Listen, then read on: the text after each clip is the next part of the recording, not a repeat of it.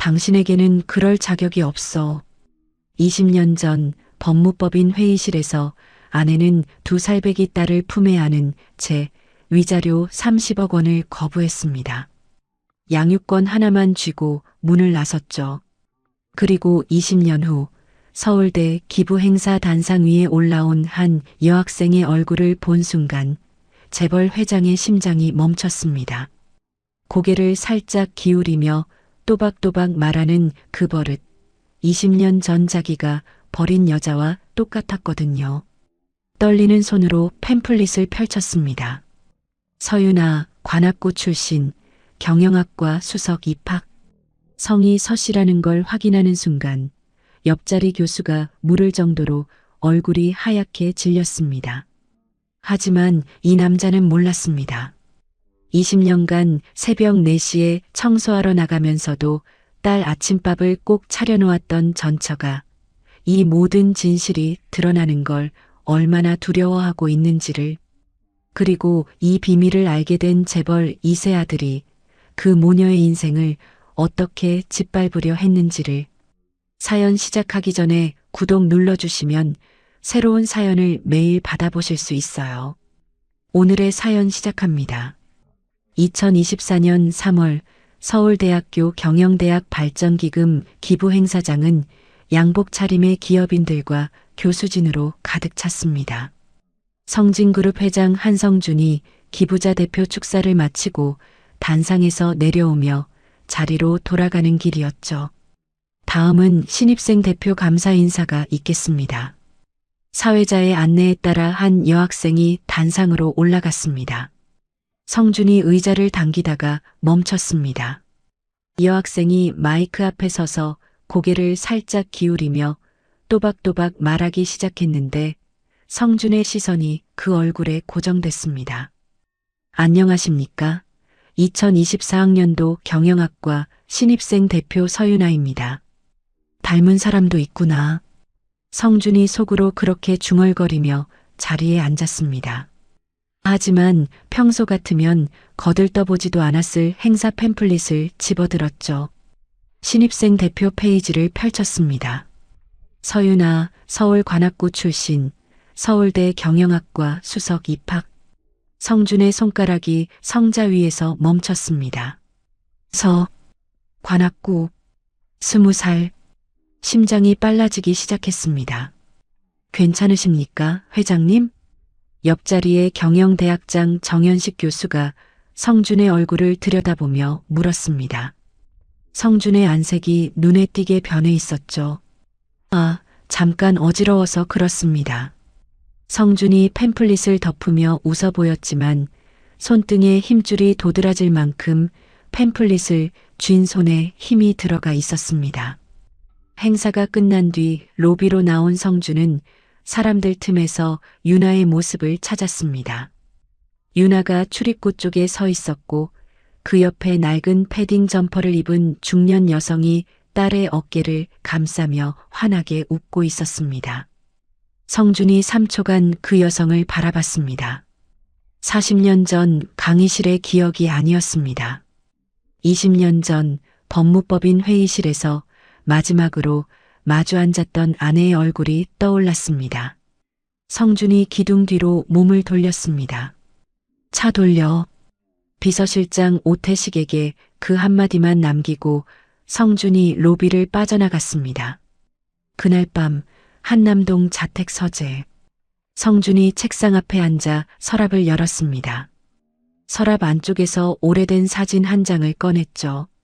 돌잔치 때 찍은 사진이었습니다.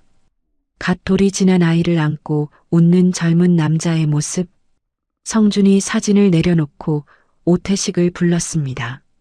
오늘 행사에서 신입생 대표를 한 서윤아라는 학생, 상세 신상을 알아봐. 다만 직접 접촉은 하지 말고 공개 정보 범위 안에서만. 알겠습니다. 오태식이 고개를 숙이고 나갔습니다. 28년간 성준을 수행하면서 매년 6월 17일이면 아무 이유 없이 서재에 틀어박히는 회장의 석관을 오태식은 알고 있었습니다. 한 번도 이유를 물은 적이 없었죠. 그날만큼은 회장의 일정을 슬쩍 비워놓는 것이 오태식 나름의 방식이었습니다. 하지만 오늘 밤의 성주는 그 6월 17일과는 다른 기색이었습니다. 사흘 뒤 오태식이 보고서를 들고 서재에 들어왔습니다. 성진그룹 사회 공헌팀을 통해 서울대 장학금 수혜자 정보에서 서윤아의 기본 신상을 확인한 것이었죠. 보호자명 김미영입니다. 성준의 눈이 한순간 감겼다 떠졌습니다. 오태식도 이 일이 단순한 호기심이 아니라는 걸 직감했습니다. 성준이 서랍에서 이혼 합의서 사본을 꺼내 책상 위에 펼쳤습니다. 그리고 전화기를 들어 번호를 눌렀습니다. 최 변호사, 나야. 그때 그 합의서 말이야. 내가 먼저 접촉하면 법적으로 문제가 되나? 전화기 너머로 법무법인 대표 최정환의 목소리가 들렸습니다. 합의서상 접근 금지 조항은 김미영 씨 쪽에만 있으니까 회장님이 접촉하시는 건 계약상 제한은 없습니다. 다만 상대가 원하지 않는데 반복 접촉하시면 스토킹 관련 법에 저촉될 수 있으니 신중하셔야 합니다. 성준이 전화를 끊고 합의서를 다시 들여다봤습니다. 20년 전의 활자가 눈앞에서 흔들렸습니다. 같은 시각 관악구의 작은 투룸 빌라. 윤아와 미영이 부엌 식탁에 마주 앉아 미역국을 먹고 있었습니다. 미영이 직접 끓인 합격 기념 미역국이었죠. 엄마, 오늘 행사장에서 이상한 느낌이 들었어. 윤아가 숟가락을 내려놓으며 말했습니다. 기부자 중에 한 분이 내가 인사하는 동안 계속 나를 쳐다보더라고. 표정이 좀 이상했어. 미영의 손에 들린 숟가락이 찰나 멈췄습니다. 그런 사람도 있지. 우리 딸이 대견해서 그랬겠지. 미영이 웃어 보이며 미역국을 한술 떴지만 이미 행사 좌석 배치도에서 성진그룹이라는 이름을 받던 미영의 입꼬리가 미세하게 떨렸습니다. 윤아가 잠든 밤 미영이 오래된 옷장 서랍을 열었습니다. 서랍 깊숙이 넣어둔 봉투 하나를 꺼냈죠. 이혼 합의서 사본, 윤아의 출생증명서, 그리고 사진 한 장. 갓 태어난 윤아를 안고 웃는 젊은 남자의 사진이었습니다. 미영이 사진을 한참 들여다봤습니다. 한 번도 버리지 못했지만 윤아에게 보여준 적도 없는 사진. 미영이 사진을 다시 봉투에 넣고 서랍을 닫았습니다. 이튿날 아침 성준이 오태식에게 추가 조사를 지시했습니다. 재원이와 순자에게는 절대 알리지 마라. 같은 시각 성진그룹 본사 부회장실. 한재원이 고문 변호사 강태호와 나란히 앉아 서류를 넘기고 있었습니다. 아버지 건강검진 결과 받아봤나? 재원이 서류에서 눈을 떼지 않고 물었습니다. 경미한 부정맥 진단입니다. 강태호가 대답했습니다. 승계 일정을 앞당겨야 해. 사회이사 교체 일정 다시 잡아. 재원이 펜을 들어 서류 위에 동그라미를 쳤습니다. 한편 윤아는 서울대 중앙도서관 카페에서 같은 과 신입생 이수빈과 커피를 마시고 있었습니다. 야, 우리 과에 재벌 2세도 있대. 수빈이 빨대를 물며 눈을 동그랗게 떴습니다. 그래, 대단하다. 윤아가 교재를 펼치며 대수롭지 않게 대답했습니다. 자신과는 상관없는 세계의 이야기라고 생각하면서. 같은 시각 미영이 한식당 마감을 끝내고 새벽 청소를 나가기 전 잠깐 쉬며 은정에게 문자를 보냈습니다. 윤아가 서울대 행사에서 성진그룹이 기부자로 와 있었다고 하더라. 설마 그 사람이 직접 온 건 아니겠지? 은정의 답이 바로 왔습니다. 글쎄, 걱정되면 내가 알아볼까? 미영이 전화기를 내려놓고 창밖을 봤습니다.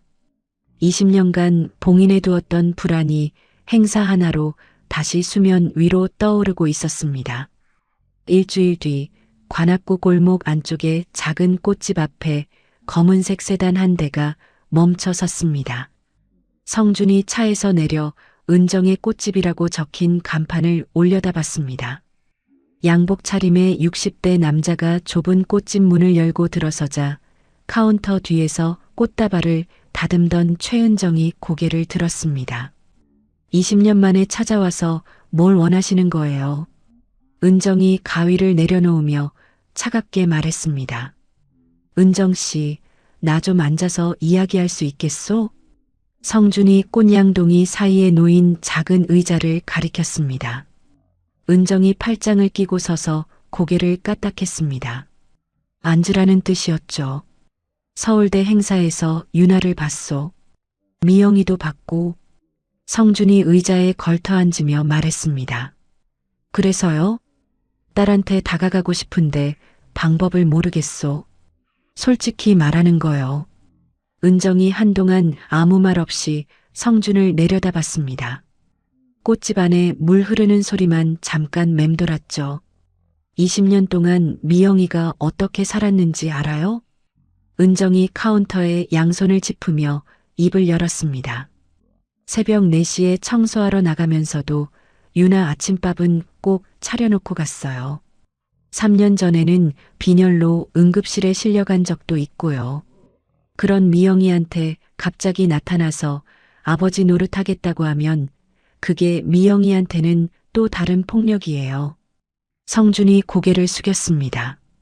정말로 원하시면 미영이한테 먼저 허락을 받으세요. 그게 순서예요. 미영이 연락처를 알 수 있겠소? 내가 미영이한테 먼저 물어볼게요. 미영이가 괜찮다고 하면 그때 알려드리죠. 은정이 선을 그었습니다. 성준이 고개를 끄덕이고 자리에서 일어났습니다. 꽃집 문을 나서는 성준의 뒷모습을 은정이 한참 지켜봤습니다. 그날 밤 은정이 미영에게 전화를 걸었습니다. 미영아, 성준이가 찾아왔어. 윤아를 행사에서 봤다고 해. 전화기 너머로 3초간 아무 소리도 들리지 않았습니다. 그 사람한테 내 번호 주지 마. 윤아한테도 접근하지 말라고 해. 미영의 목소리가 단단했습니다. 알겠어. 내 뜻대로 할게. 은정이 전화를 끊었습니다. 은정의 답을 기다리는 동안에도 성준은 가만히 있지 못했습니다. 서울대 경영학과 장학재단에 익명 장학금을 기부하기로 한 것이죠. 서울 소재 저소득층 가정수석 입학생이라는 조건으로 연간 5천만 원. 성준은 이 조건이면 윤아에게 자연스럽게 돌아갈 거라고 생각했지만 해당 조건을 만족하는 학생이 사실상 윤아 한 명뿐이었습니다. 감정이 앞서서 판단이 치밀하지 못했던 겁니다. 이 장학금 기부를 처리한 사회공헌팀 이과장이 업무 보고를 하면서 부회장 비서 정민수에게 무심코 한마디를 흘렸습니다. 회장님이 특정 학생 한 명한테 맞춘 것 같은 장학 기부를 급하게 지시하셨더라고요. 정민수가 곧장 재원에게 보고했습니다. 특정 학생이요? 재원이 펜을 멈추고 정민수를 봤습니다. 서울대 경영학과 서윤아라는 신입생입니다. 재원의 눈이 가늘어졌습니다. 20살. 아버지가 숨기려 한다는 정황.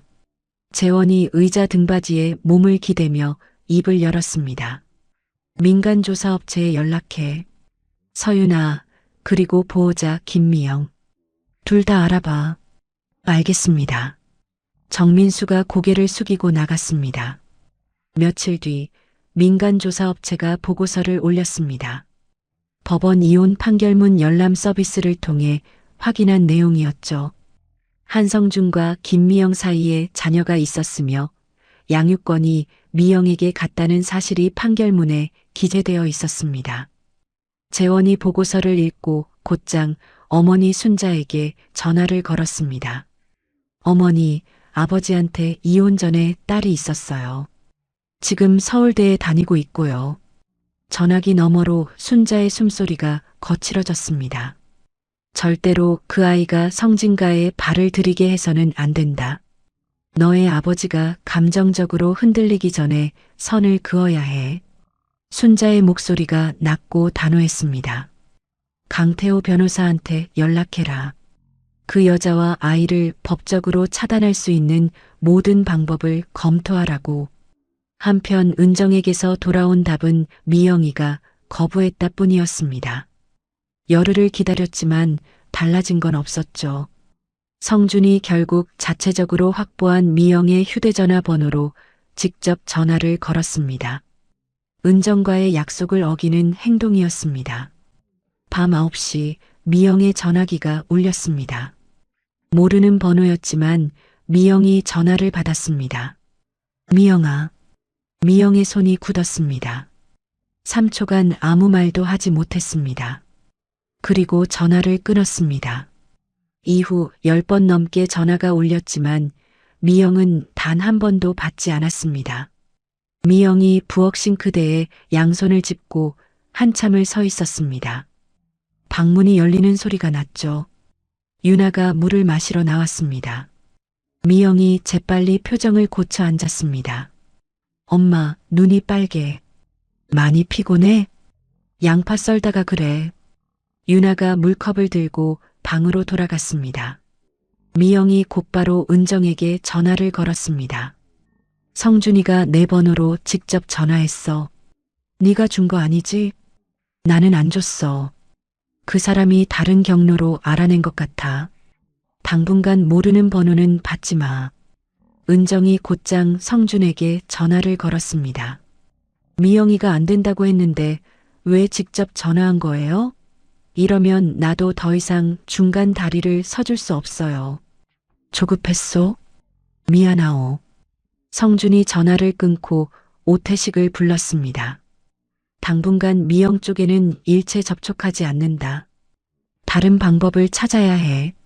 그러나 성준이 접촉을 자제하기로 한 바로 그 주 금요일 오후 회장실 문이 예고 없이 열렸습니다. 재원이 서류 봉투를 한 손에 들고 들어왔습니다. 아버지, 서윤아라는 학생한테 왜 장학금을 주셨습니까? 성준의 손이 책상 위에서 멈췄습니다. 제가 모를 거라고 생각하셨습니까? 재원이 봉투에서 서류를 꺼내 책상 위에 내려놓았습니다. 그 학생이 아버지의 이혼 전 자녀라는 건 이미 확인했습니다. 성준이 서류를 한 장씩 넘겼습니다. 민간조사업체의 보고서였죠. 성준이 서류를 덮고 재원을 올려다 봤습니다. 네가 이걸 왜 조사했느냐? 아버지의 사적인 문제가 그룹 승계에 영향을 줄 수 있기 때문입니다. 이 아이는 그룹과 아무 관계가 없다. 지금은 없죠. 하지만 아버지가 계속 관여하시면 달라집니다. 법적으로 아버지 딸로 등록이 되면 상속권이 생깁니다. 두 사람의 시선이 책상 위에서 부딪혔습니다. 회장실 안의 공기가 무겁게 가라앉았습니다. 그날 밤 성준이 자택 서재에서 불을 켜놓은 채 의자에 앉아 있었습니다. 20년 전의 선택이 정말 옳은 것이었는지를 처음으로 근본부터 되묻고 있었죠. 같은 시각 순자가 재원에게 전화를 걸었습니다. 내 아버지 반응이 어땠어? 흔들리고 있어요. 강태호 변호사한테 법적 차단 검토 서두르라고 하세요. 전화를 끊은 뒤 은정이 미영에게 다시 전화를 걸었습니다. 성준이가 당분간 접촉 안 하겠다고 했어. 그런데 그 사람 성격상 오래 못 참을 거야. 미영아, 네가 먼저 대비를 해두는 게 좋겠어. 유나가 언젠가는 알게 될 수도 있어. 미영이 창밖을 바라보며 천천히 입을 열었습니다. 나도 알아.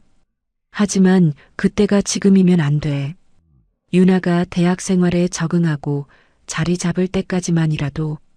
4월 중순 서울대 법학전문대학원 연구동 4층 노혜진 교수가 연구실 컴퓨터 앞에서 경영대학 게시판에 올라온 신입생 대표 연설 영상을 재생하고 있었습니다.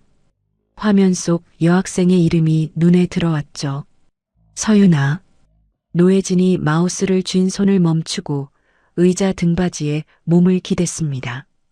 20년 전 신입 변호사 시절의 기억이 떠올랐습니다. 노혜진이 전화기를 들었다가 내려놓았습니다. 직접 찾아가서는 안 된다는 걸 알고 있었죠. 당시 소송의 대리인으로서 비밀을 지켜야 할 의무가 있었으니까요.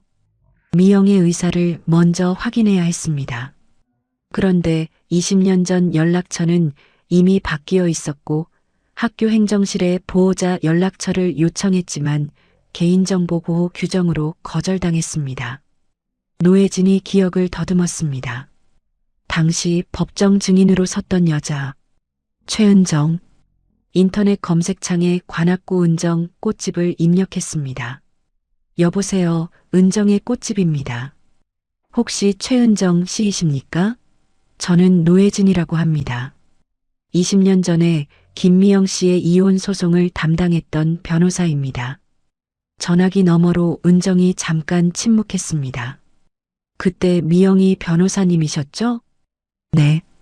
서울대에 서윤아라는 학생이 입학했는데 미영 씨의 딸이 맞는지 확인하고 싶습니다. 그리고 미영 씨의 의사를 먼저 확인하지 않고는 그 학생에게 어떤 이야기도 할 수 없어서 연락드렸습니다. 제가 미영이한테 물어보고 연락드릴게요. 은정이 전화를 끊고 곧바로 미영에게 전화를 걸었습니다. 미영아, 20년 전에 내 소송 맡았던 노혜진 변호사 기억나? 지금 서울대 법대 교수래. 유나가 내 딸인 것 같다면서 연락이 왔어. 유나한테 직접 말하기 전에 내 의사를 먼저 확인하고 싶대. 긴 침묵이 흘렀습니다. 그 교수님이 유나한테 직접 말하는 건 내가 막을 수는 없잖아. 미영의 목소리가 떨렸습니다. 하지만 내가 직접 말할 수는 없어. 유나가 알게 되면 나를 원망할 것 같아서 겁이 나. 은정이 노혜진에게 다시 전화를 걸었습니다. 미영이가 적극적으로 동의한 건 아닌데 막지도 않았어요. 다만 교수님이 유나한테 말할 때 미영이가 왜 숨겼는지 그 사정을 꼭 함께 전해달래요. 그건 당연한 겁니다. 노혜진이 전화를 끊고 유나에게 연락을 넣었습니다. 법대 연구실에서의 면담을 요청한 것이죠. 다음 날 오후 노혜진의 연구실 문을 열고 들어온 유나는 경계심 가득한 표정이었습니다. 앉으렴. 노혜진이 소파를 가리키며 말했습니다. 유나가 가방끈을 잡은 채 소파 끝에 걸터 앉았습니다. 갑자기 부르셔서 무슨 일인지 단도직입적으로 말하마. 나는 20년 전 내 어머니의 이혼 소송을 담당한 변호사였다. 노혜진이 책상 서랍에서 서류 봉투를 꺼내 유나 앞에 놓았습니다. 당시 법무법인 재직 증명서와 사건 번호가 적힌 표지, 그리고 소장 사본, 합의서 사본, 가족관계 증명서 사본. 내 아버지는 성진그룹 회장 한성준이다. 유나가 피식 웃었습니다. 교수님, 그게 무슨... 노혜진이 서류를 펼쳐 유나 앞으로 밀었습니다. 유나가 서류를 집어들었습니다. 한 장, 두 장 넘기는 유나의 손끝이 점점 떨리기 시작했습니다. 가족관계 증명서 사본에서 아버지란의 이름을 본 순간 유나의 손이 완전히 멈췄습니다. 내 어머니가 거짓말을 한 게 아니다. 노혜진이 차분한 목소리로 이야기를 이어갔습니다. 이혼 당시 아버지 쪽에서 위자료 30억 원을 제시했다. 내 어머니는 전부 거절했어. 돈으로 딸의 아버지를 지우고 싶지 않다고 했지. 양육권만 달라고 했다. 내가 양육비라도 받으라고 설득했는데 끝까지 거절했어. 내 어머니는 너를 보호하려고 숨긴 거다. 유나가 서류를 무릎 위에 내려놓고 고개를 들었습니다. 왜 나한테는 선택할 기회조차 주지 않은 거예요? 그건 내 어머니한테 직접 물어야 할 질문이다. 아니요. 20년이에요. 20년 동안 아빠가 누군지도 모르고 살았는데 왜 나한테는 한 번도 물어보지 않은 거예요? 노혜진이 아무 말하지 않고 유나를 바라봤습니다. 유나의 눈에 눈물이 차올랐지만 흘러내리지는 않았습니다. 그날 저녁 유나가 집 현관문을 열고 들어왔습니다. 미영이 부엌에서 된장찌개를 끓이고 있었죠. 유나가 부엌 입구에 서서 미영의 등을 바라봤습니다. 엄마. 미영이 돌아봤습니다. 오늘 서울대 법대 노혜진 교수님을 만났어. 미영의 손에 들린 국자가 떨렸습니다. 우리 아빠가 성진그룹 회장이야? 미영이 딸의 얼굴을 봤습니다. 더 이상 숨길 수 없다는 걸 알았습니다. 미영이 가스불을 끄고 식탁 의자를 당겼습니다. 유나가 맞은편에 앉았습니다. 미영이 처음부터 이야기했습니다. 이혼의 경위, 위자료를 거부한 이유, 합의서의 접근금지 조항. 그리고 마지막에 이렇게 말했습니다. 너를 재벌집에서 버림받은 아이로 키우고 싶지 않았다. 그게 엄마의 20년이었어. 유나가 식탁 위에 양손을 올려놓고 한참을 내려다봤습니다. 그건 엄마의 선택이었지. 내 선택이 아니었잖아. 유나가 자리에서 일어나 방으로 들어가며 문을 닫았습니다. 미영이 식탁에 그대로 앉은 채 2시간을 움직이지 못했습니다. 자정이 넘어서야 미영이 은정에게 전화를 걸었습니다. 유나가 다 알게 됐어.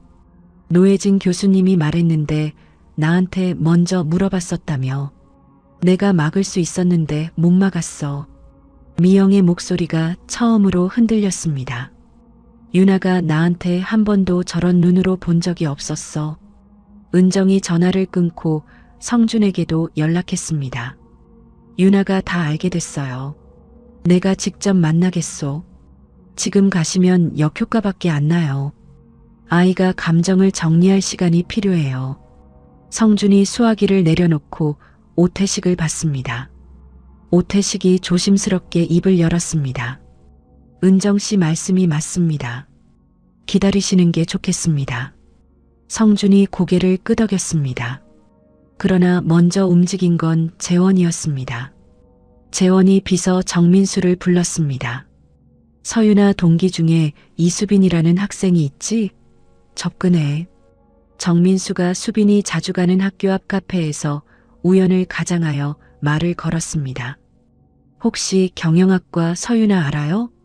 그 학생 아버지가 성진그룹 회장이라는 이야기 들어본 적 있어요?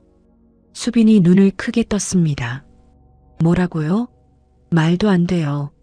확인해보고 싶으면 법원 판결문 열람 서비스를 이용해 보세요. 이혼 판결문에 다 나와 있거든요.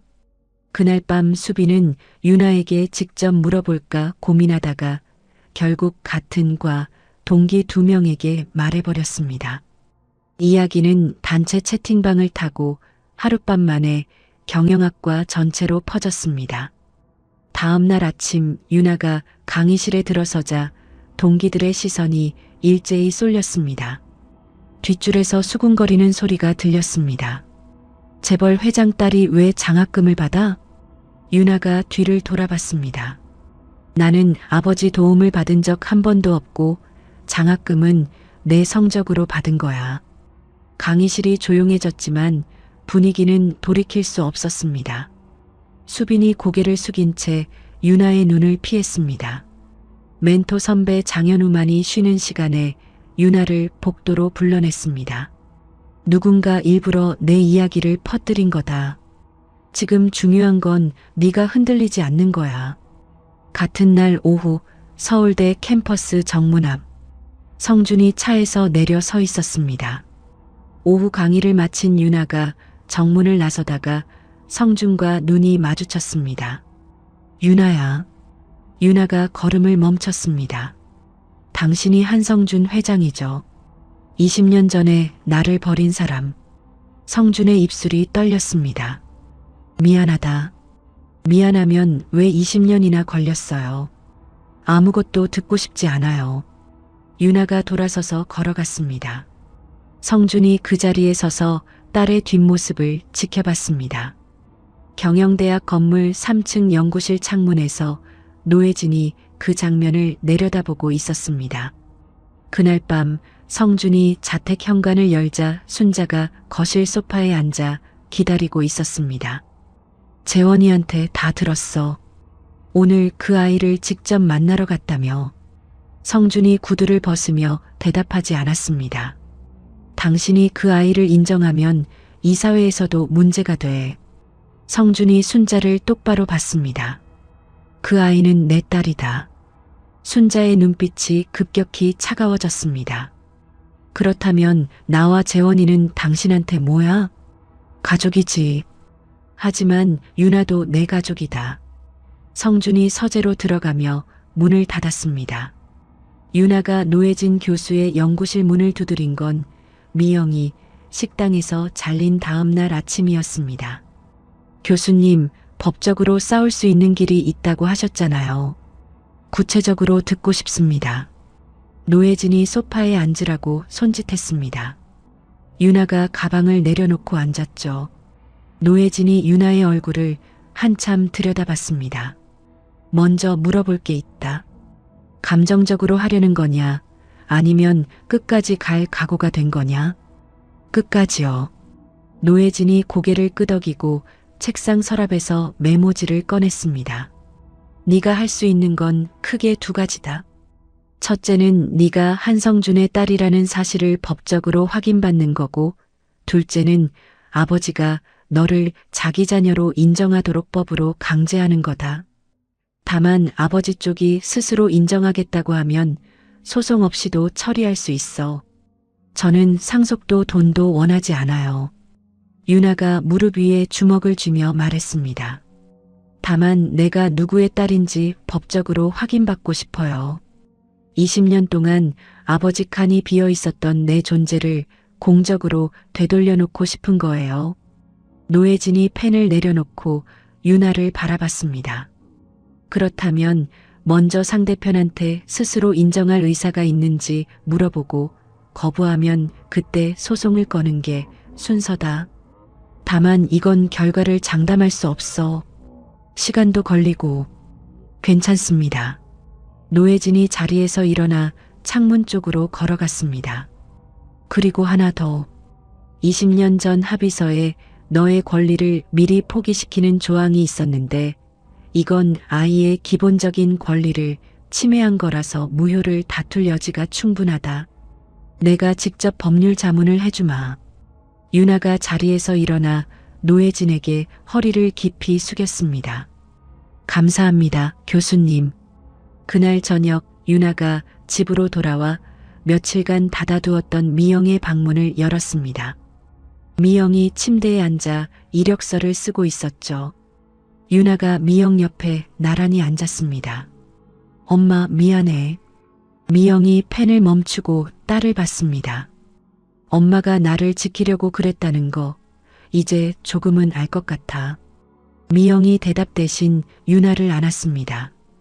두 팔에 힘이 들어갔고 미영의 어깨가 작게 떨렸습니다. 그날 밤 모녀는 좁은 방에서 나란히 누워 며칠간 끊어졌던 이야기를 다시 나눴습니다. 한편 성준은 재원이 미영의 일자리에 압력을 넣은 사실을 오태식의 보고로 확인한 뒤 재원에게 직접 대응하는 대신 이사회에 장학재단 설립을 공식 안건으로 올렸습니다. 표면적으로는 사회공헌 강화가 목적이었지만 재원에게 보내는 메시지이기도 했죠.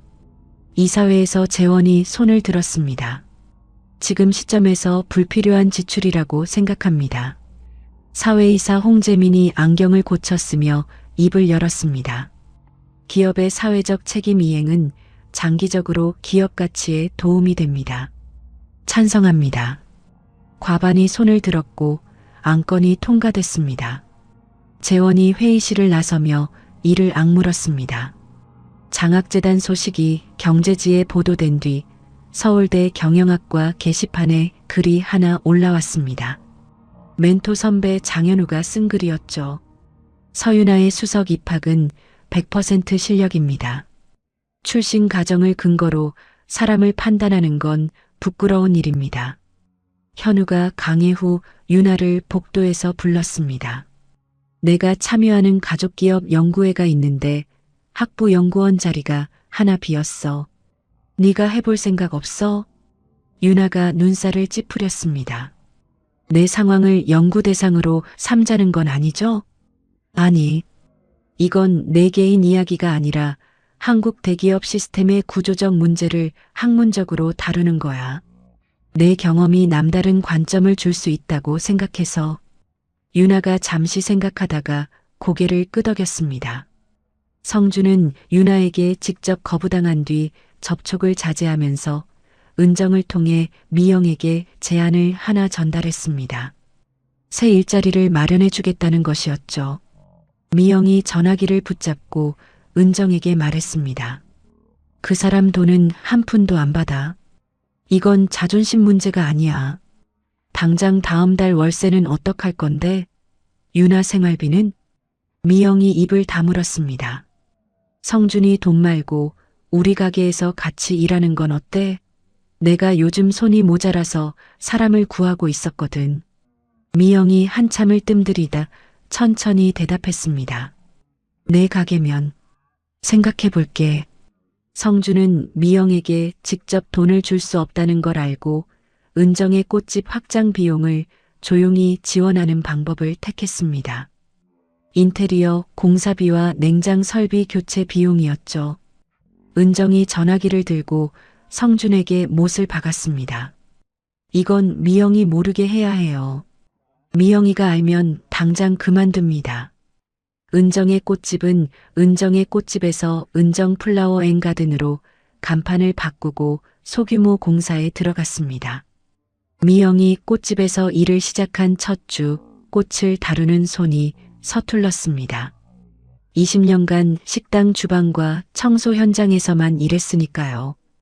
은정이 장미줄기 다듬는 법부터 하나하나 알려줬습니다. 잎은 아래쪽부터 떼고 가시는 이렇게 밀어서 빼는 거야. 미영이 가시에 손가락을 찔리며 인상을 찌푸렸습니다.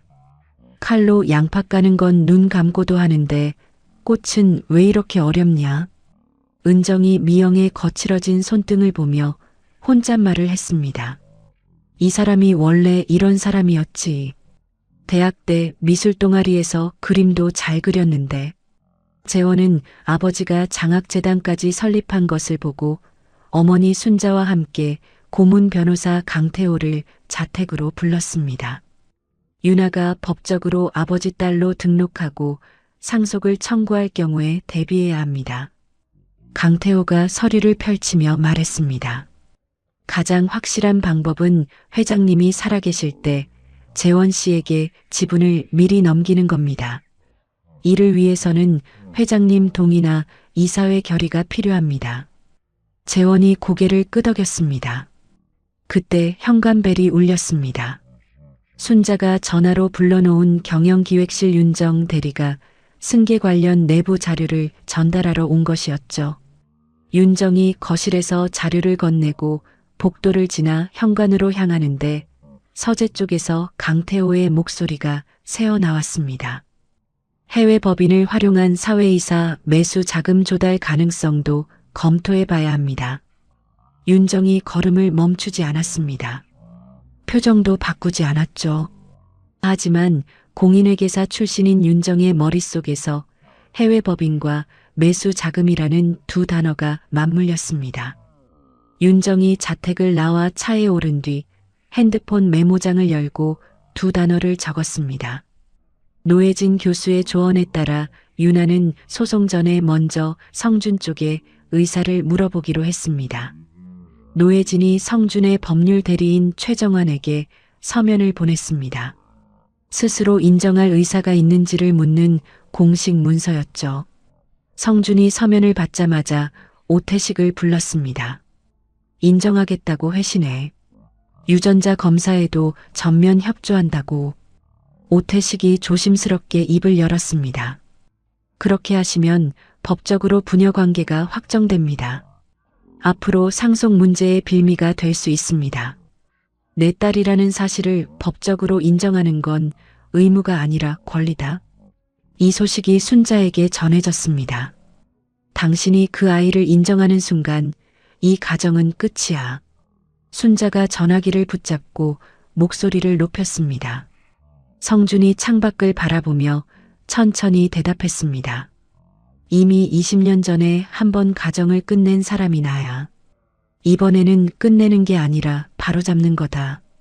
성준이 협조 의사를 밝힌 덕분에 소송 없이 양쪽 합의로 유전자 검사를 진행할 수 있게 됐습니다. 노혜진이 서울대 병원에서의 검사를 제안했고 2주 뒤로 일정이 잡혔죠. 검사 당일 서울대 병원 접수 창구. 성준과 유나가 20년 만에 같은 공간에 나란히 앉았습니다. 두 분의 관계를 기재해 주셔야 합니다. 접수 직원이 서류를 내밀었습니다. 부녀 관계 확인을 위한 검사입니다. 성준이 대답했고 유나의 표정이 미세하게 흔들렸습니다. 검사실 안에서 입 안쪽 세포를 채취하는 동안 두 사람 사이에 어떤 대화도 없었습니다. 채취가 끝나고 유나가 먼저 고개를 돌려 성준을 바라봤습니다. 검사 결과가 어떻게 나오든 나는 당신에게 아무것도 원하지 않아요. 성준이 유나의 눈을 마주보며 대답했습니다. 그래도 나는 내 아버지라는 것만은 확인하고 싶다. 유나가 먼저 자리에서 일어나 검사실을 나갔습니다. 성준이 빈 의자를 한참 내려다보다가 천천히 몸을 일으켰습니다. 5월 말 노혜진 교수의 연구실. 유나와 미영이 나란히 앉아 있었습니다. 노혜진이 봉투에서 결과지를 꺼내 펼쳤습니다. 99.99% 친자 확인이다. 미영이 아무 말 없이 유나의 손을 잡았습니다. 유나가 고개를 숙였죠. 이미 예상했던 결과였지만 눈시울이 붉어지는 건 막을 수 없었습니다. 이 결과와 아버지 쪽의 인정 의사를 함께 법원에 내면 별도 소송 없이 내 서류에 아버지 이름이 올라간다. 노혜진이 결과지를 다시 봉투에 넣으며 말했습니다.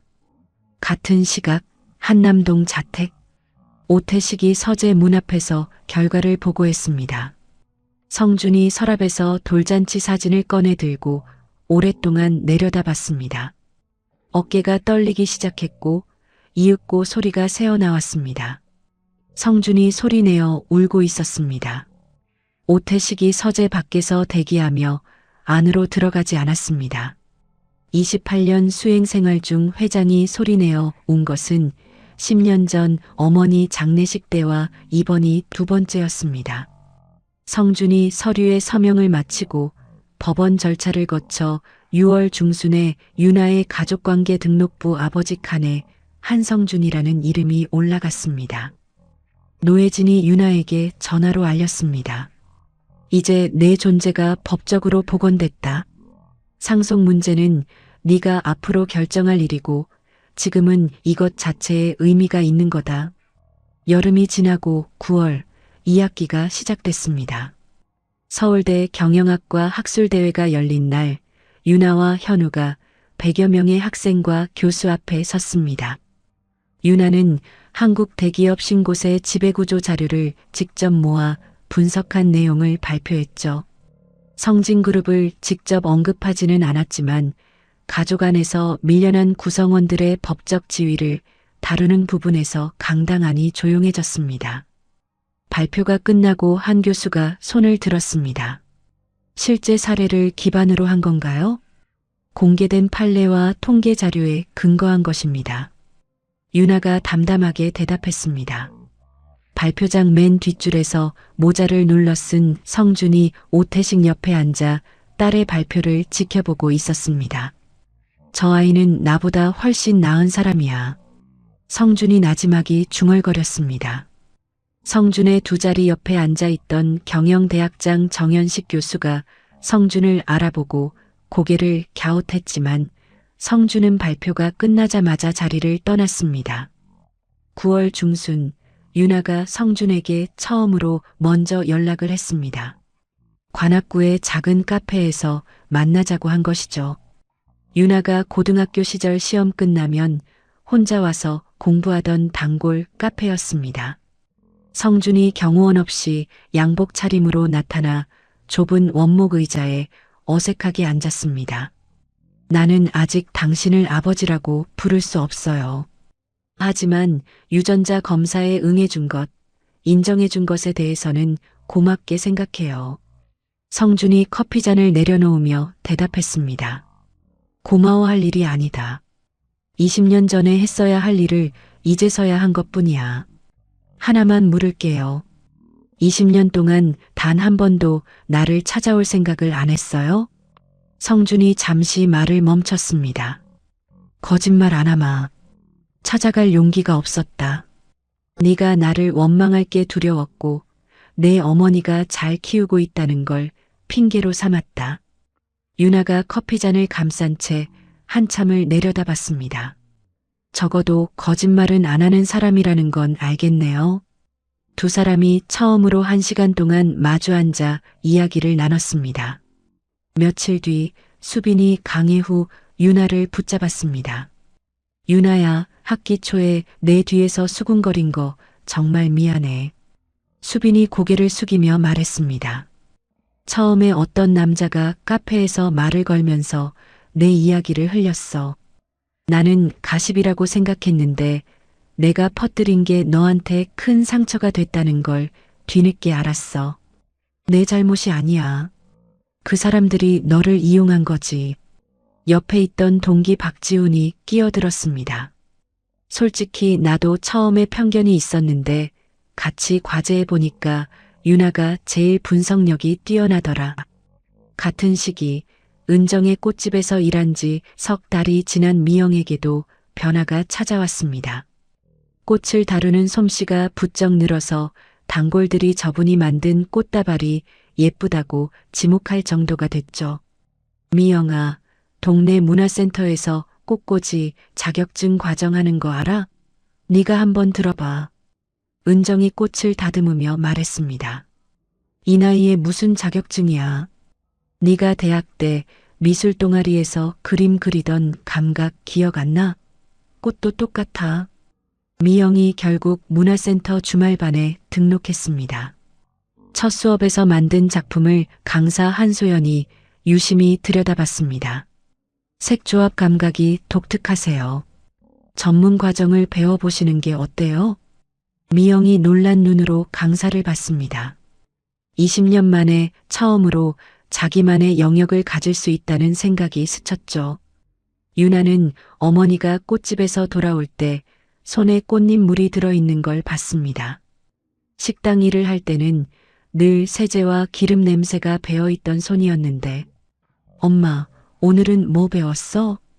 작약은 수줍음이고 프리지어는 순결이래. 미영이 앞치마를 벗으며 웃었습니다. 모녀의 저녁 대화에 처음으로 일의 고단함이 아닌 소소한 즐거움이 끼어들었습니다. 10월 성준이 이사회에서 장학재단의 구체적 운영 계획을 발표했습니다. 재단 이름은 서윤장학재단으로 확정하겠습니다.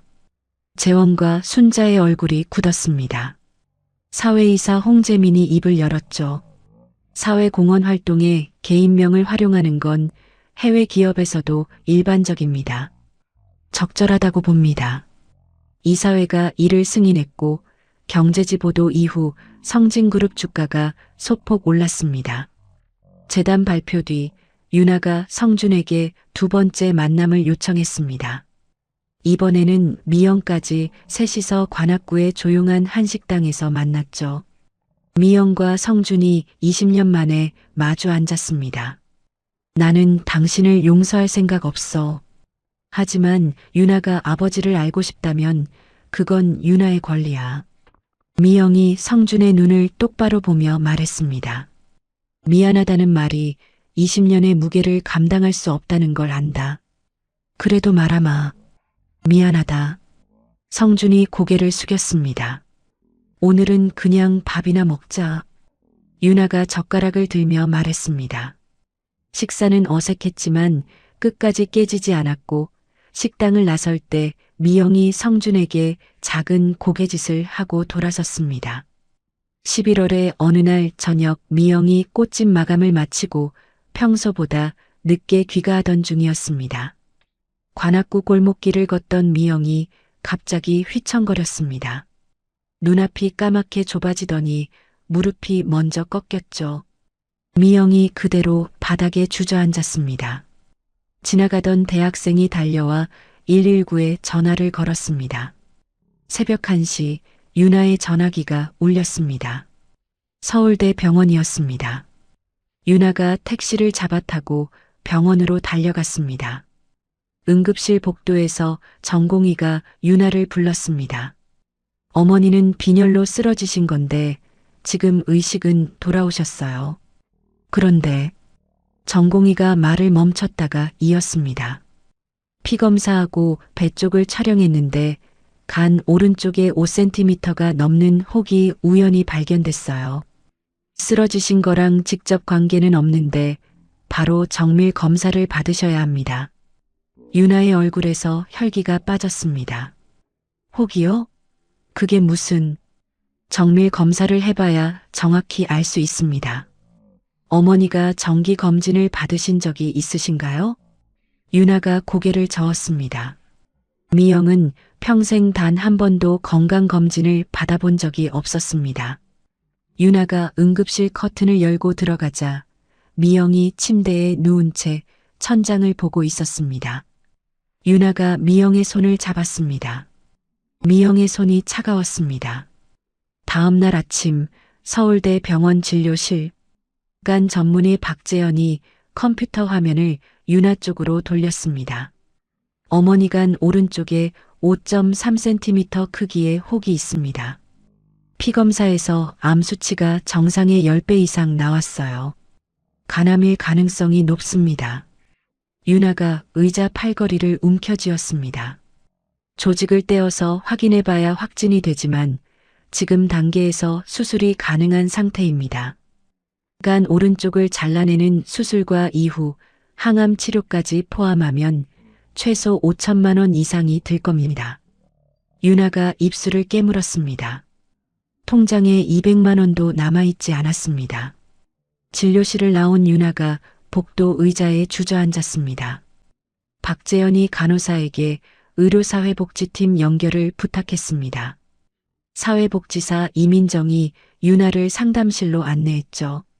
긴급 의료비 지원 제도가 있고 암 환자 등록을 하시면 본인 부담금이 줄어듭니다. 국립암센터 쪽 의료비 지원 사업도 신청할 수 있어요. 그게 얼마나 걸려요? 긴급 지원 심사에 최소 2주는 걸립니다.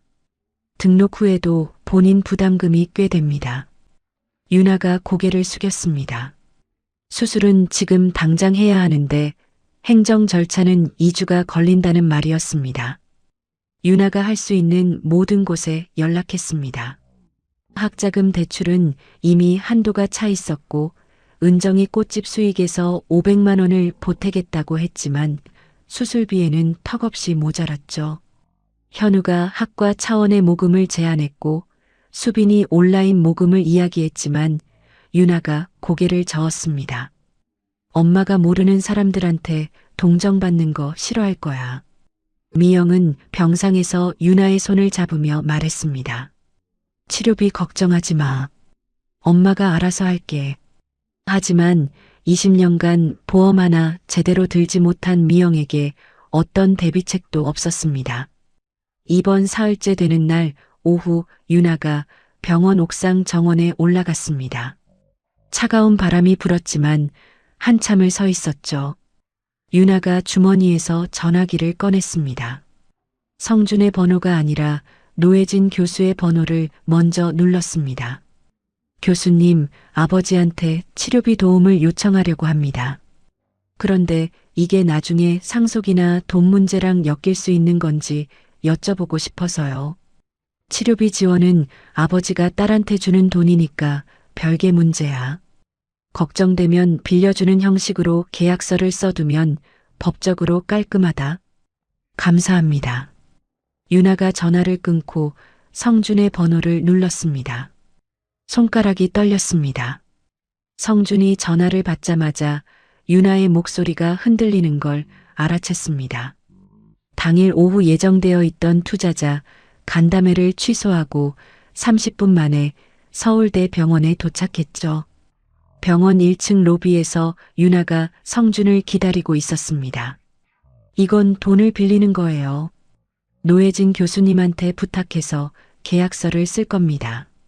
그리고 이것 때문에 내가 당신을 아버지로 받아들이는 건 아니에요. 성준이 유나의 어깨를 내려다보며 말했습니다. 갚을 필요 없다. 이건 20년 동안 하지 못한 일의 시작이야. 성준이 원무과로 걸어가 치료비 전액 보증 서류를 작성했습니다. 직원이 서류를 내밀며 물었습니다. 환자와의 관계를 기재해 주셔야 합니다. 성준이 펜을 들고 잠시 멈췄습니다. 그리고 적었습니다. 환자 자녀의 부. 옆에 서 있던 유나가 아무 말하지 않았지만 성준이 펜을 쥔 손이 미세하게 떨리는 걸 봤습니다. 성준이 병원비를 냈다는 소식은 곧바로 재원에게 전해졌습니다. 재원이 강태호와 마주 앉았습니다. 아버지가 감정적으로 완전히 기울었어. 지금 움직여야 해. 재원이 비자금을 꺼내기로 했습니다. 이사회 사회이사 중 교체 압력에 약한 2명, 김도현과 이학수에게 접근하라고 지시했죠. 동시에 재원은 언론 쪽으로도 손을 뻗었습니다. 경제 전문지 기자 송현철에게 정민수를 통해 자료를 넘겼습니다.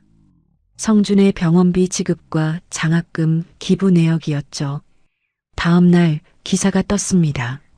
성진그룹 회장, 숨겨둔 자녀에게 거액 지원, 그룹 자산 사적 유용 의혹. 기사가 나간 당일 아침 성진그룹 주가가 장 시작과 동시에 떨어지기 시작했습니다. 장중 최대 8%까지 빠졌죠. 주요 기관 투자자들이 공식 입장을 요구했고 사회이사 홍재민이 성준에게 전화를 걸었습니다. 회장님의 개인 문제가 기업 가치를 흔들고 있다는 인식이 시장에 퍼지고 있습니다. 재원이 이 틈을 놓치지 않았습니다. 매수한 사회이사 김도연을 앞세워 이사회에 요구서를 냈죠. 회장의 경영 능력에 대한 재신임 투표를 요청합니다. 이학수도 서명에 동참했고 임시 이사회가 일주일 뒤로 확정됐습니다. 같은 날 미영의 조직 검사 결과가 나왔습니다. 담당의 박재현이 유나와 성준을 함께 불렀습니다. 간암 2기로 확진됐습니다. 암이 혈관을 침범하기 전 단계라 수술이 가능합니다. 2주 안에 수술하는 게 가장 좋습니다. 유나가 진료실을 나와 복도 끝 창가에 섰습니다. 어머니의 수술을 앞두고 자기 때문에 아버지의 회사가 흔들리고 있다는 사실이 동시에 짓눌렀죠. 노혜진에게 전화를 걸었습니다. 교수님, 내가 아버지 딸이라는 걸 확인하지 않았으면 이런 일이 없었을 텐데요. 네가 존재하는 게 잘못이냐? 기사를 누가 흘렸는지 생각해봐. 노혜진의 목소리가 단호했습니다. 12월 초 수술 당일 아침 7시 수술 대기실에 유나가 혼자 앉아 있었습니다. 은정이 꽃집을 임시 휴업하고 새벽에 올라와 유나 옆에 앉았죠. 30분 뒤 성준이 나타나 유나의 반대쪽 자리에 말없이 앉았습니다. 은정이 성준을 보며 입을 열었습니다. 이제라도 온 게 다행이네요. 세 사람이 같은 대기실에 앉아 각자의 방식으로 기다렸습니다. 수술 3시간이 지났을 때 간호사가 나왔습니다. 수술 잘 진행되고 있습니다. 경과 양호합니다. 유나가 안도의 숨을 내쉬며 무의식적으로 옆에 앉은 성준의 팔을 잡았습니다. 3초 뒤 손을 떼었죠. 그 짧은 순간 성준이 유나의 손을 살며시 감싸쥐었습니다. 맞은편에서 그 장면을 본 은정이 고개를 돌려 조용히 눈물을 닦았습니다.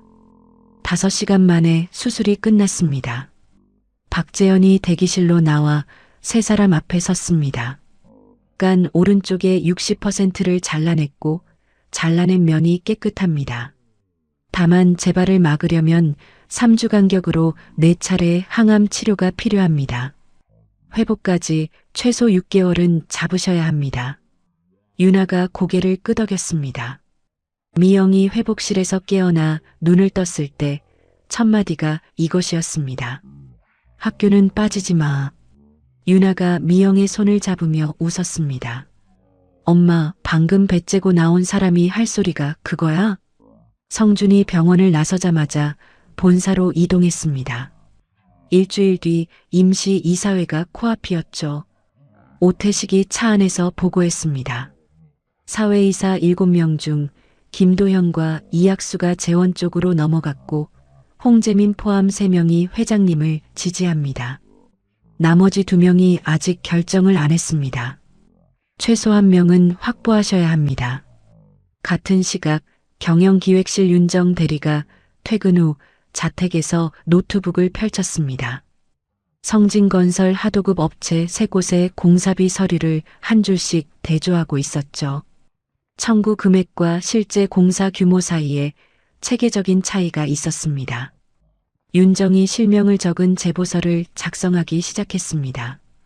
해외 송금까지는 내 권한으로 확인할 수 없으니 외부 회계법인의 특별감사가 필요하다. 윤정이 제보서 마지막 줄에 그렇게 적고 감사위원회 앞으로 봉투를 봉했습니다. 감사위원장 오승철이 제보서를 받아 읽은 뒤 곧바로 외부 회계법인에 긴급 감사를 의뢰했습니다. 3일간의 조사가 진행됐죠.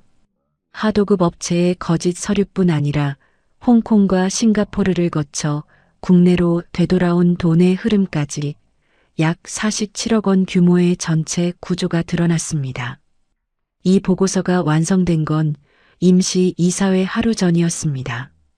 임시 이사회 전날 밤 재원이 강태호와 마지막 점검을 하고 있었습니다. 김도현, 이학수 둘 다 확인됐습니다. 정민수가 보고했죠. 재원이 어머니 순자에게 전화를 걸었습니다. 내일 아버지를 끌어내리겠습니다. 같은 시각 성준이 오태식의 전화를 받았습니다. 감사위원회에서 내일 이사회에 긴급 안건을 추가하겠다고 통보해 왔습니다. 내용은 비공개입니다. 성준이 전화기를 내려놓고 창밖을 바라봤습니다. 임시 이사회 당일 아침 성진그룹 본사 18층 대회의실. 이사진 전원이 자리에 앉았습니다. 재원이 양옆에 김도현과 이학수가 앉아 있는 걸 확인하고 숨을 내쉬었습니다. 회의가 시작되자마자 감사위원장 오승철이 자리에서 일어났습니다. 재신임 투표에 앞서 감사위원회 긴급 보고가 있습니다. 오승철이 이사진에게 보고서를 한 부씩 돌렸습니다. 표지에 적힌 제목을 본 재원의 얼굴에서 혈색이 빠졌습니다. 부회장 한재원의 비자금 조성 및 배임 혐의에 관한 특별감사 결과 보고서. 오승철이 보고서를 펼치며 입을 열었습니다. 부회장 한재원이 성진건설 하도급 업체 3곳을 통해 약 47억 원의 비자금을 조성한 사실이 외부 회계법인의 감사를 통해 확인됐습니다. 자금은 홍콩과 싱가포르의 서류상 회사를 거쳐 국내 차명 계좌로 되돌아왔고 4년간의 흐름이 모두 추적됐습니다. 대회의실이 고요해졌습니다. 오승철이 보고서를 한 장 넘겼습니다. 보고서 후반부에 사회이사 매수 시도에 관한 내용이 있습니다. 접근 일시와 경로가 기재되어 있으니 확인해 주시기 바랍니다. 김도현이 자리에서 벌떡 일어나려 했습니다. 이사회가 끝날 때까지 착석해 주십시오. 오승철이 김도현을 제지했습니다. 홍재민이 보고서를 덮으며 입을 열었죠. 이 보고서 내용이 사실이라면 부회장의 재신임 투표 요구 자체가 경영을 흔들 목적의 범죄 행위에 해당할 수 있습니다. 이사회는 만장일치로 재신임 투표를 철회했습니다. 이어서 재원에 대한 부회장직 해임과 검찰 고발이 의결됐죠. 오승철이 재원을 바라보며 말했습니다. 부회장직 자진 사임을 권고합니다. 사임하지 않으실 경우 이사회가 해임 절차를 진행합니다. 재원이 자리에서 일어나 회의실을 나서며 정민수에게 말했습니다. 강태호한테 연락해. 하지만 강태호는 전화를 받지 않았습니다. 보고서에 자신의 자문 내역까지 포함된 걸 이미 알고 있었으니까요. 재원의 해임 소식이 그날 저녁 뉴스 속보로 나갔습니다. 다음 날 검찰이 성진건설 본사와 재원 자택에 압수수색 영장을 집행했고 재원의 문제가 정리됐다는 판단에 성진그룹 주가는 이틀 연속 올라 기사 이전 수준을 회복했습니다. 순자가 한남동 자택으로 성준을 찾아왔습니다. 재원이를 살려줘. 당신이 검찰 쪽에 한마디만 하면 되잖아. 성준이 서재 의자에 앉은 채 순자를 올려다봤습니다. 내가 살려줄 수 있는 문제가 아니야. 재원이가 스스로 저지른 일이고 내가 검찰에 손을 쓰면 그것도 범죄야. 성준이 잠시 멈췄다가 물었습니다. 당신은 알고 있었어? 순자가 시선을 피했습니다. 비자금이 얼마인지까지는 몰랐어. 하지만 재원이가 무리하고 있다는 건 짐작했지. 성준이 고개를 돌려 창밖을 봤습니다. 두 사람 사이에 남아있던 마지막 끈이 끊어지는 소리 같은 침묵이 흘렀습니다. 2025년 1월 서울구치소 면회실. 유리창 너머의 재원은 3주 만에 눈에 띄게 수척해져 있었습니다. 양복 대신 수용복을 입은 아들을 본 성준이 의자에 앉으며 입을 열려 했지만 재원이 먼저 말했습니다. 아버지, 저는 아버지가 그 아이 때문에 저를 버릴까봐 두려웠습니다. 성준의 손이 무릎 위에서 굳었습니다. 어머니가 늘 그러셨어요. 아버지한테 첫째 딸이 있으면 너는 필요 없어진다고. 재원의 목소리가 갈라졌습니다. 성준이 유리창 너머의 아들을 바라보며 오랫동안 말을 잇지 못했습니다. 20년간 재혼 가정에서도 제대로 된 아버지가 아니었다는 사실이 비로소 무게를 가지고 눌러왔죠. 네가 잘못한 건 법의 심판을 받아야 한다. 그건 내가 막을 수 없고 막아서도 안 돼. 성준이 천천히 입을 열었습니다. 하지만 한 가지는 말해두마. 나는 너를 버린 적 없다. 유나가 나타났다고 해서 내 자리가 사라지는 게 아니야. 내가 너한테도 좋은 아버지가 아니었다는 건 인정한다. 재원이 아무 말하지 못했습니다. 면회 시간이 끝나는 종이 울렸고 성준이 자리에서 일어나 돌아서는데 재원이 유리창 너머로 성준의 뒷모습을 한참 바라봤습니다. 재원의 일이 정리되어 가는 동안 미영은 보조항암 치료를 시작했습니다. 3주마다 약을 맞은 뒤 심하게 토하고 머리카락이 빠지기 시작했죠. 유나가 매일 오전 수업 후 병원으로 달려왔고 현우는 유나가 빠진 강의 녹음 파일과 노트 정리본을 매일 보내줬습니다. 수빈은 주말마다 와서 유나와 교대로 미영의 식사와 세면을 도왔죠. 은정이 일주일에 2번 이상 병실을 찾아왔습니다. 매번 계절꽃을 한 다발씩 가져와 병실 창가에 놓아뒀죠. 미영이 항암 치료로 머리카락이 빠져두건을 쓰고 있을 때 은정이 봉투 하나를 내밀었습니다. 이거 내가 만들었어. 꽃무늬가 수놓아진 2건이었습니다. 내가 디자인하고 미영이 네가 바느질하면 이거 팔아도 되겠다. 미영이 오랜만에 소리내어 웃었습니다. 그리고 그 2건 위에 펜으로 꽃을 그려넣기 시작했죠. 성준은 치료비 전액을 부담하면서 유나가 간병과 학업을 함께 할 수 있도록 병원 근처 원룸을 마련해 주겠다고 제안했습니다. 유나가 이번에는 바로 거절하지 않았습니다. 감사합니다. 하지만 노혜진 교수님한테 부탁해서 빌리는 형태로 계약서를 쓸게요. 졸업 후에 갚겠습니다. 성준이 전화를 끊은 뒤 서재에 앉아 한참 동안 천장을 봤습니다.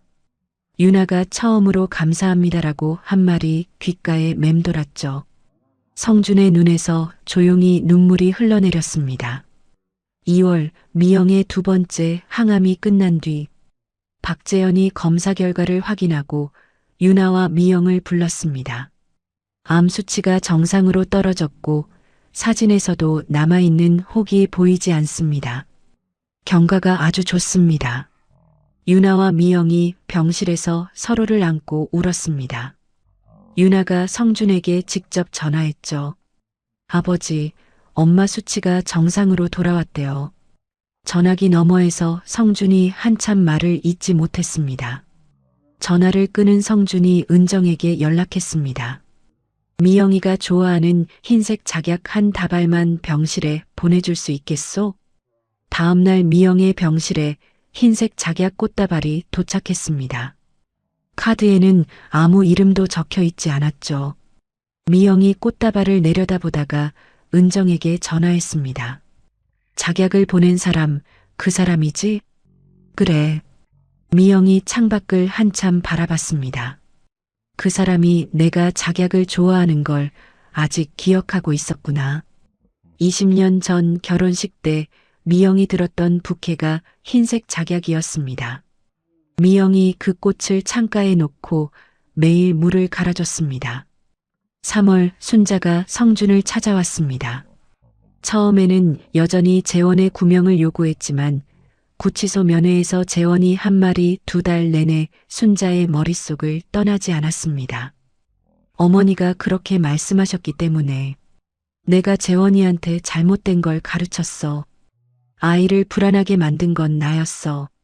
순자가 거실 소파에 앉은 채 고개를 숙이며 말했습니다. 이혼 서류를 준비할게.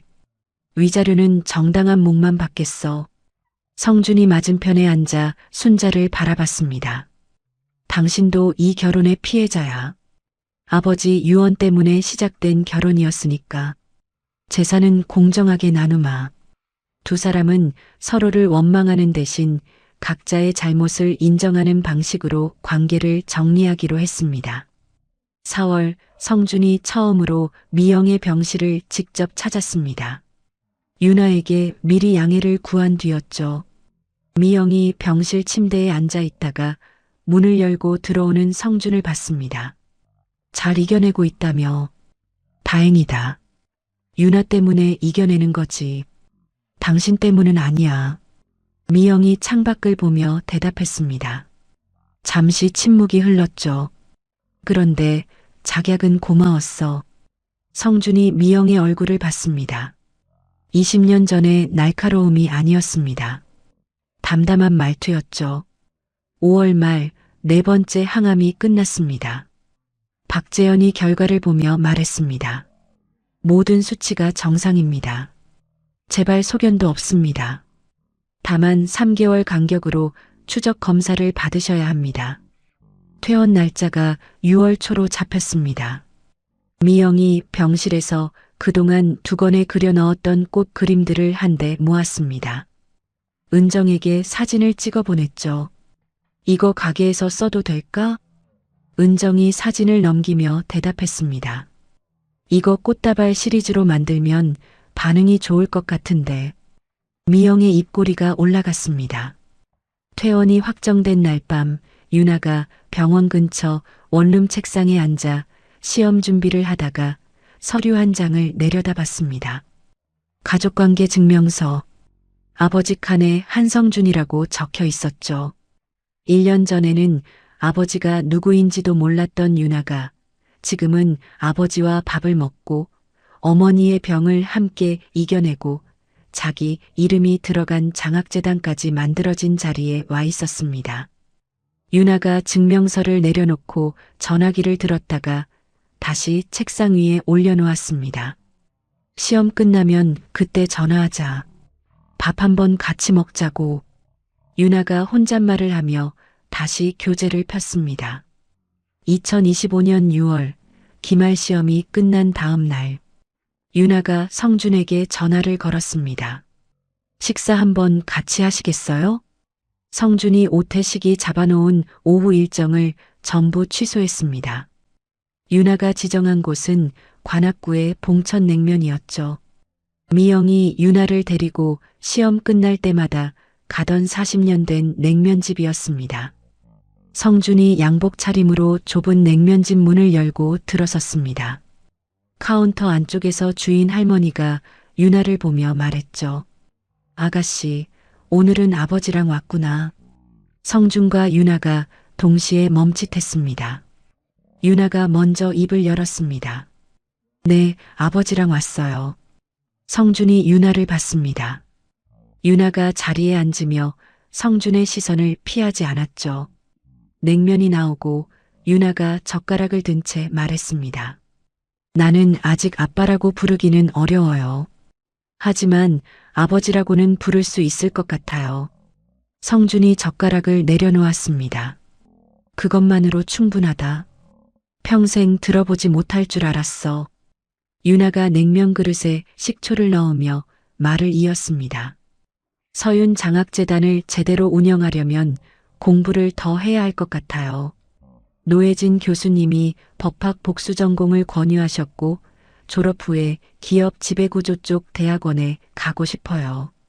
네가 원하는 공부에는 어떤 조건도 붙이지 않겠다. 냉면집을 나온 두 사람이 나란히 골목길을 걸었습니다. 차 안 가져오셨어요? 오늘은 네가 사는 동네에 맞추고 싶었다. 성준이 2호선 지하철 계단을 내려갔습니다. 62세의 재벌 회장이 지하철 손잡이를 잡고 서 있는 모습을 유나가 한참 지켜봤습니다.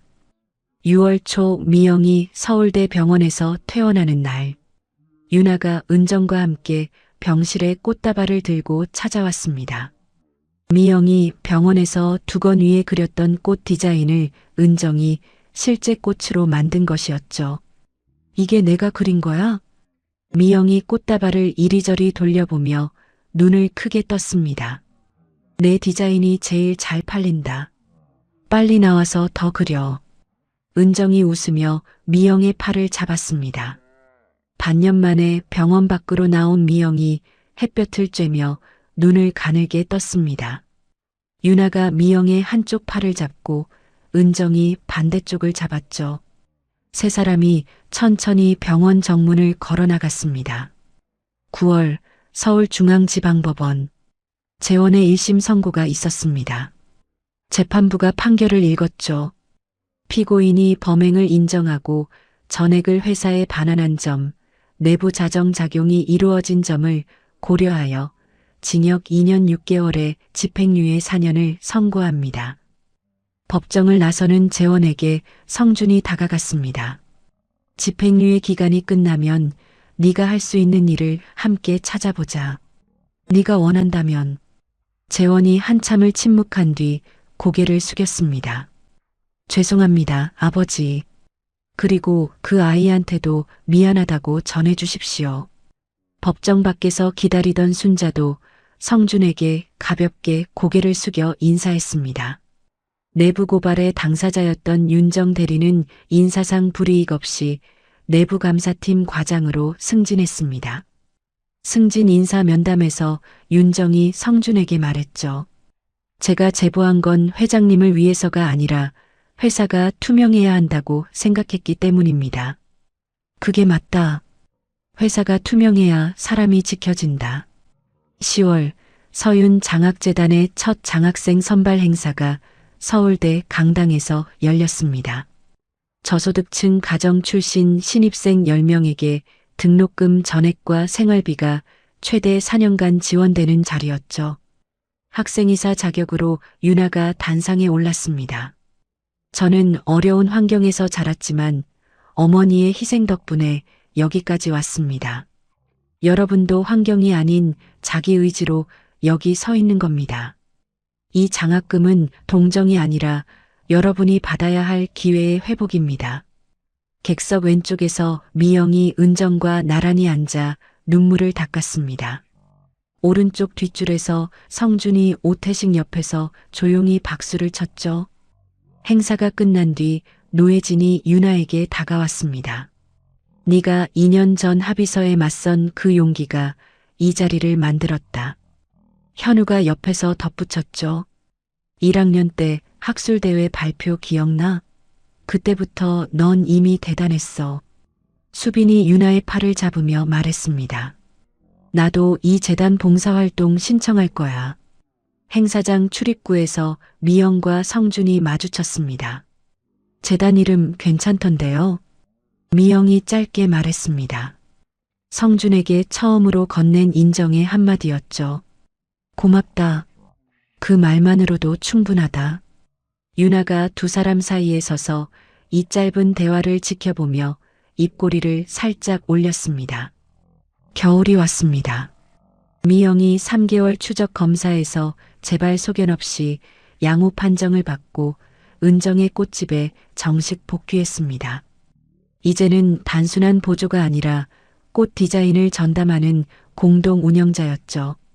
이번 중 2권에 그렸던 디자인을 살린 미영 컬렉션 꽃다발 시리즈가 동네 온라인 게시판에서 입소문을 타기 시작했습니다.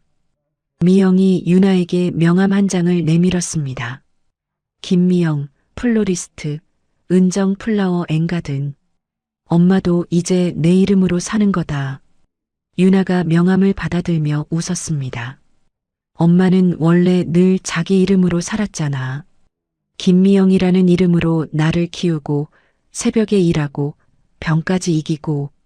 카운터 뒤에서 은정이 손을 저었습니다. 나도 울 것 같으니까 그만해. 세 여자가 함께 웃었습니다. 12월 성진그룹 정기 주주총회. 성준이 회장직에서 물러나 명예회장으로 자리를 옮기겠다고 선언했습니다. 마지막 인사에서 성준이 마이크 앞에 섰죠. 나는 회사를 키우는 데는 성공했지만 사람을 지키는 데는 실패한 사람이었습니다. 앞으로 남은 시간은 사람을 지키는 데 쓰겠습니다. 순자와의 합의 이혼이 확정된 뒤 성준이 한남동 대저택을 순자에게 넘기고 서초구의 작은 아파트로 이사했습니다. 유나가 처음 새 집에 왔을 때 거실을 둘러보며 말했죠. 여기 좁다. 충분해. 한남동 집보다 이 집이 더 내 집 같다. 성준이 직접 내린 커피를 유나에게 건넸습니다. 주말이면 성준이 관악구 봉천냉면에서 유나와 밥을 먹는 게 일과가 됐습니다. 가끔 미영도 합류해서 셋이 한 테이블에 앉았죠. 주인 할머니가 카운터 안에서 셋을 바라보며 혼잣말을 했습니다. 이 가족은 참 늦게 만났지만 정이 있어. 2026년 2월 노혜진 교수의 연구실. 유나가 법학 복수전공 교재를 안은 채 소파에 앉아 있었습니다. 처음에는 아버지를 찾겠다는 게 아니었어요. 내가 누구인지를 증명하고 싶었던 것 같아요. 이제는 내가 누구인지 알아요. 노혜진이 커피잔을 내려놓으며 말했습니다. 네가 증명한 건 너의 아버지가 누구냐가 아니라 네가 어떤 사람이냐였다. 유나가 웃었습니다. 교수님이 2년 전 저를 찾아와 주지 않았으면 이 모든 일이 시작되지 않았을 거예요. 시작한 건 나지만 해낸 건 너와 내 어머니다. 그리고 한 가지 더, 네가 변호사 윤리를 어긴 나를 신고 안 해줘서 고맙다. 유나가 소리내어 웃었고 노혜진도 따라 웃었습니다. 2026년 3월 새 학기가 시작되는 서울대 캠퍼스. 경영대학 앞길을 유나가 걸어가고 있었습니다. 왼쪽에는 완치 후 건강을 되찾은 미영이 꽃집에서 가져온 흰색 작약 한 송이를 들고 있었고, 오른쪽에는 양복 대신 편한 점퍼를 입은 성준이 나란히 걸었습니다. 유나가 두 사람의 팔을 양쪽에서 잡았죠. 미영과 성준은 서로를 직접 바라보지 않았지만 딸을 사이에 둔 그 간격 안에서 각자의 자리를 찾은 듯 했습니다. 경영대학 정문을 향해 걸어가는 세 사람의 뒤로 벚꽃이 흩날렸습니다. 올해도 잘해보자. 유나가 말했습니다. 20년이라는 시간은 참 길었습니다. 그 긴 세월 동안 미영은 단 한 번도 남의 도움을 바라지 않았습니다. 새벽마다 일어나 딸의 밥을 차리고 2개의 일을 뛰며 오직 한 가지 마음으로 버텼죠. 내 딸만큼은 당당하게 키우겠다는 마음. 성준은 20년 동안 매년 딸의 생일에 혼자 사진 한 장을 꺼내보면서도 끝내 찾아갈 용기를 내지 못했습니다. 회사를 키우는 데는 성공했지만 사람을 지키는 데는 실패했다고 스스로 인정한 그 한마디가 이 이야기에서 가장 무거운 말이었을지도 모릅니다. 유나는 원망할 수도 있었고 돌아설 수도 있었습니다. 하지만 이 아이는 돈도 상속도 원하지 않았습니다. 다만 자기가 누구인지를 자기 이름으로 증명하고 싶었을 뿐이죠. 그리고 해냈습니다. 용서는 한순간에 오지 않았고 화해도 완전하지 않았습니다. 미영은 성준을 용서하지 않았다고 말했지만 작약한 다발에 마음이 흔들렸고 냉면집에서 셋이 나란히 앉는 날이 올 줄은 아무도 몰랐습니다. 가족이란 건 어쩌면 완벽한 관계가 아니라 서로의 자리를 찾아가는 과정인지도 모르겠습니다. 늦었다고 생각한 순간이 가장 빠른 때라는 말이 있죠. 이 이야기가 여러분의 마음에도 작게나마 남았으면 좋겠습니다. 이야기를 끝까지 들어주신 분이 계시다면 잘 들었다고 댓글 하나만 남겨주세요. 감사합니다.